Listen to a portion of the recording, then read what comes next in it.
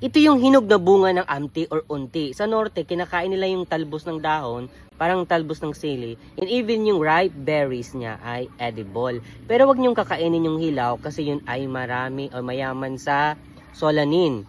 Lason yung solanin. Ibig sabihin, pwede kayong malason kapag hindi pa masyadong hinog yung natikman ninyo. Hindi nyo naman gugustuhin yung lasa kasi for me, hindi naman siya masarap. Sa totoo lang. Ayan.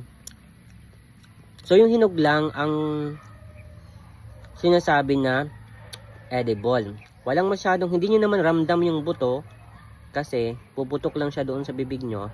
Matamis ng kaunti na may kaunting asin. Yan.